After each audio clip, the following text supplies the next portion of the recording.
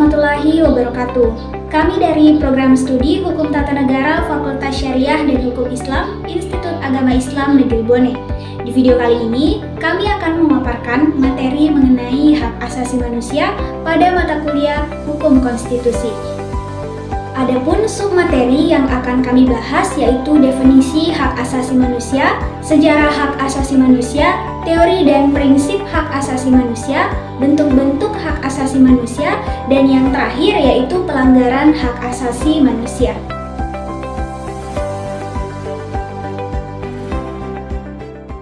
Bismillahirrahmanirrahim. Perkenalkan, nama saya Muhammad Qurratun Ayun. Di sini saya sebagai pemateri pertama. Adapun materi pertama yaitu mengenai pengertian HAM. Istilah hak asasi manusia merupakan terjemahan dari droits de l'homme dalam bahasa Prancis atau human rights dalam bahasa Inggris, yang artinya hak asasi manusia. Pengertian secara teoritis dari hak asasi manusia adalah hak yang melekat pada martabat manusia, yang melekat padanya sebagai insan ciptaan Allah yang Maha Esa, atau hak-hak dasar yang sebagai prinsip anugerah ilahi. Adapun secara etimologi, hak merupakan unsur normatif yang berfungsi sebagai pedoman berperilaku, melindungi kebebasan, kekebalan, serta jaminan adanya peluang bagi manusia dalam menjaga harkat dan martabatnya. Sedangkan asasi berarti bersifat paling mendasar atau fundamental.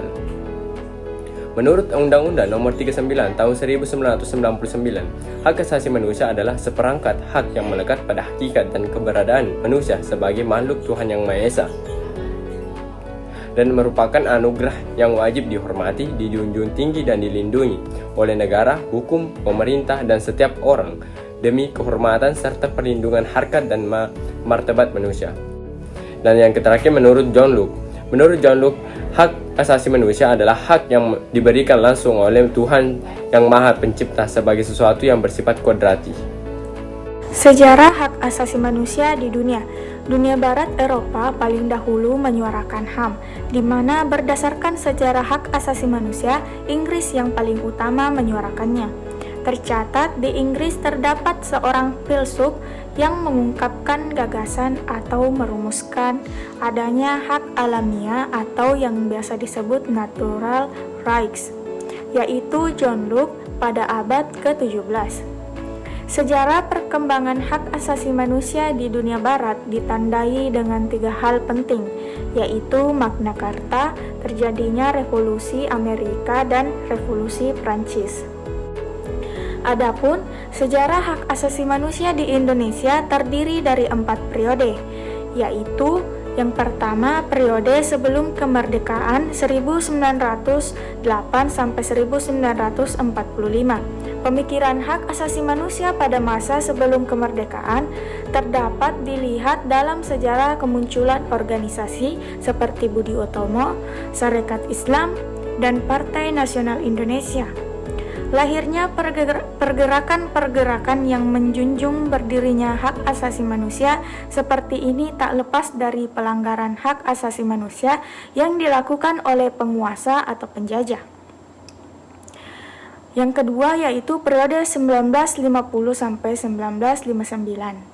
Periode ini dikenal dengan periode parlementer, di mana terjadi kemajuan dalam perlindungan hak asasi manusia.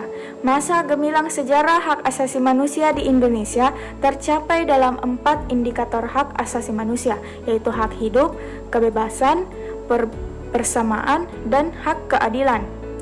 Yang ketiga yaitu Orde Baru 1966 sampai 1998. Pada awalnya Orde Baru menjanjikan harapan baru bagi penegakan hak asasi manusia di Indonesia. Namun, janji-janji tersebut mengalami kemunduran pesat pada tahun 1970 hingga 1980 setelah mendapat mandat konstitusional dari MPRS. Orde Baru menolak hak asasi manusia dengan alasan hak asasi manusia dan demokrasi merupakan produk barat yang individualistik, yang militeristik, dan yang keempat yaitu reformasi. Pada masa reformasi terjadi kemajuan dalam penegakan HAM di Indonesia. Pada tahun 1990-an muncul Komisi Nasional Hak Asasi Manusia atau Komnas HAM sebagai konsekuensi Indonesia masuk dalam Komite Hak Asasi Manusia PBB. Pemerintah Indonesia juga mengeluarkan kebijakan politik dalam rangka perlindungan hak asasi manusia dan memberlakukan Undang-Undang Hak Asasi Manusia, serta mendirikan lembaga-lembaga yang berfungsi untuk melindungi hak asasi manusia. Adapun perkembangan pemikiran hak asasi manusia ada 4 generasi, yaitu generasi pertama menyebutkan bahwa pemikiran hak asasi manusia hanya berpusat pada bidang hukum dan politik. Generasi kedua berpendapat bahwa pemikiran HAM tidak saja menuntut hak yuridis, melainkan juga hak-hak sosial, ekonomi, politik, dan budaya. Generasi ketiga yang sebagai reaksi pemikiran hak asasi manusia, generasi kedua yang kurang menekankan keseimbangan antara hak yuridis dengan hak sosial budaya. Generasi keempat yang sebagai kritisi peranan negara yang sangat dominan dalam proses pembangunan yang berfokus kepada pembangunan. Baik, di sini saya akan memaparkan materi mengenai teori dan prinsip hak asasi manusia. Konsepsi hak asasi manusia lahir dari pergulatan panjang umat manusia. Bagi sebagian orang, menyebutkannya sebagai sorak-sorak korban, karena terjadinya penindasan dan kesewenang-wenangan merupakan awal pembuka kesadaran tentang konsep hak asasi manusia. Di kalangan para ahli hukum terdapat 3 teori utama yang menjelaskan asal-muasal lahirnya pemikiran mengenai hak asasi manusia. Teori yang pertama yaitu teori hukum kodrat, teori positivisme atau utilitarium, dan yang ketiga yaitu ada teori keadilan. Teori hak asasi manusia yang pertama yaitu teori hukum kodrat. Menurut Aquinas, hukum kodrat merupakan bagian dari hukum Tuhan yang dapat diketahui melalui penalaran manusia. Adapun tokoh yang dianggap paling berjasa dalam meletakkan dasar-dasar teori hukum kodrat ini adalah John Locke dengan J.J. Rousseau dalam buku klasiknya yang berjudul The Second Treatise of Civil Government and a Letter Concerning Toleration. John Locke mengajukan sebuah postulasi pemikiran bahwa semua individu dikaruniai oleh hak yang melekat atas hidupnya, memiliki kebebasan dan kepemilikan. Teori hukum kodrat ini melihat hak asasi manusia lahir dari Tuhan sebagai bagian dari kodrat manusia. Yang kedua yaitu teori positivisme atau utilitarium. Dalam pandangan Austin, hak barulah muncul jika ada aturan dari penguasa yang melindungi individu dan harta benda mereka. Dalam pandangan teori positivisme, hak barulah ada jika ada hukum yang telah mengaturnya. Moralitas juga harus dipisah secara tegas dalam dimensi hukum. Adapun kepemilikan hak dari tiap individu bisa dinikmati apabila diberikan secara resmi oleh penguasa ataupun negara. Teori yang ketiga yaitu teori keadilan. Teori keadilan lahir dari kritik terhadap teori positivisme. Tokoh yang mengembangkan teori ini ialah Ronald Dworkin dan John Rawls. Teori Dworkin sangat mendasarkan pada kewajiban untuk memperlakukan warganya secara sama yang diemban oleh negara. Oleh karenanya, hak asasi manusia dimaksudkan sebagai benteng dalam istilah yang digunakan sendiri individu atas kehendak publik yang merugikan atau yang menjadikannya tidak dapat mendapatkan perlakuan yang sama. Selanjutnya yaitu prinsip hak asasi manusia. Ada 7 prinsip hak asasi manusia. Yang pertama yaitu prinsip universal. Prinsip ini mengatakan bahwa semua orang di seluruh belahan dunia manapun, agamanya apapun, warga negaranya apapun, dan terlepas dari status disabilitasnya memiliki hak yang sama. Kemudian, yang kedua yaitu ada prinsip tak terbagi.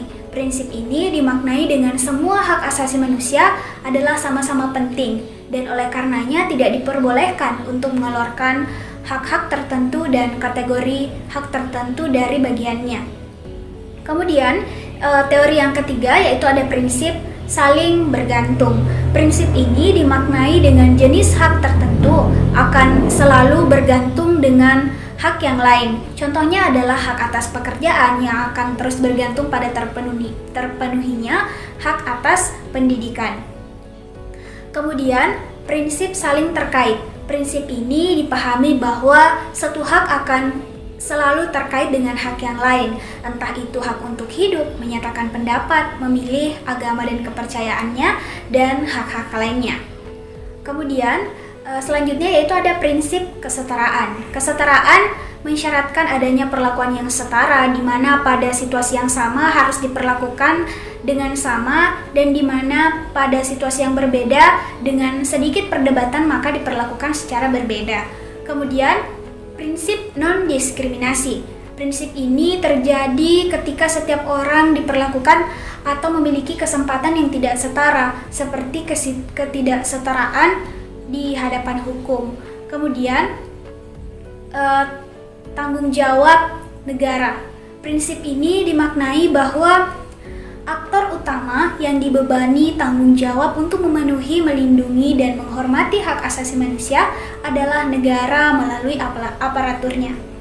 Hukum hak asasi manusia merumuskan 3 bentuk kewajiban negara. Yang pertama yaitu kewajiban untuk menghormati, kewajiban untuk memenuhi, dan yang ketiga kewajiban untuk melindungi.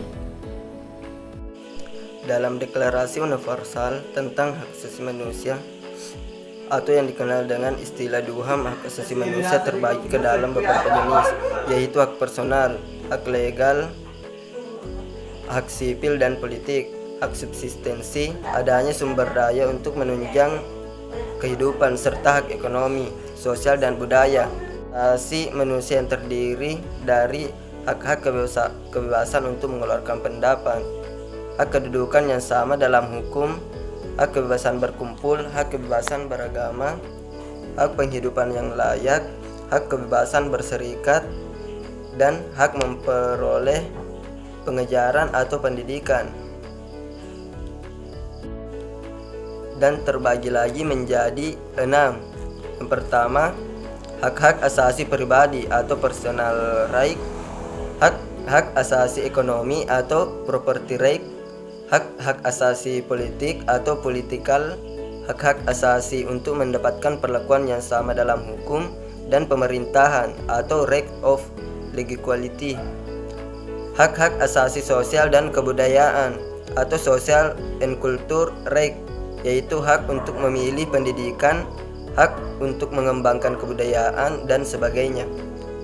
Dan terakhir, hak asasi untuk mendapatkan perlakuan tata cara peradilan dan perlindungan atau procedural right, yaitu peraturan dalam penahanan, penangkapan, penggeledahan, peradilan dan sebagainya. Baik, langsung saja. Menurut Rachel Falk, kategori pelanggaran hak asasi manusia yang dianggap kejam yaitu pertama, pembunuhan secara besar-besaran ataupun genosida. Kemudian yang kedua yaitu rasialisme resmi. Kemudian yang ketiga terorisme resmi berskala besar. Kemudian yang keempat itu pemerintah totaliter. Kemudian yang kelima penolakan secara sadar untuk memenuhi kebutuhan-kebutuhan dasar manusia. Dan adapun dalam Undang-Undang Nomor 39 Tahun 1999 yang dikategorikan pelanggaran hak asasi manusia yang berat adalah pembunuhan massal genosida, kemudian yang kedua pembunuhan sewenang-wenang, kemudian penyiksaan, kemudian yang keempat penghilangan orang secara paksa, kemudian yang kelima yaitu adalah perbudakan atau diskriminasi. Nah, adapun contoh pelanggaran hak asasi manusia, contohnya saja itu pada tragedi Trisakti yang terjadi pada tanggal 12 Mei 1998 terhadap mahasiswa sedang melakukan demonstrasi guna menuntut Presiden Soeharto turun dari jabatannya sebagai presiden. Nah, kemudian masih belum adanya kesepahaman pada tataran konsep hak asasi manusia, adanya pandangan hak asasi manusia yang bersifat individualistik, kurang berfungsinya lembaga-lembaga penegak hukum, kemudian pemahaman belum merata tentang hak asasi baik di kalangan sipil maupun militer. Kemudian adapun faktor terjadinya pelanggaran hak asasi manusia yaitu upaya penegakan hak asasi manusia. upaya penegakan terhadap kasus pelanggaran hak asasi manusia tergantung pada apakah pelanggaran hak asasi manusia itu masuk kategori berat ataupun bukan. Kemudian apabila berat, maka penyelesaiannya melalui peradilan hak asasi manusia. Namun apabila pelanggaran hak asasi manusia bukan berat, melalui peradilan umum saja. Ya baik, itulah pemaparan materi dari kelompok kami. Mohon maaf apabila ada kekurangan dan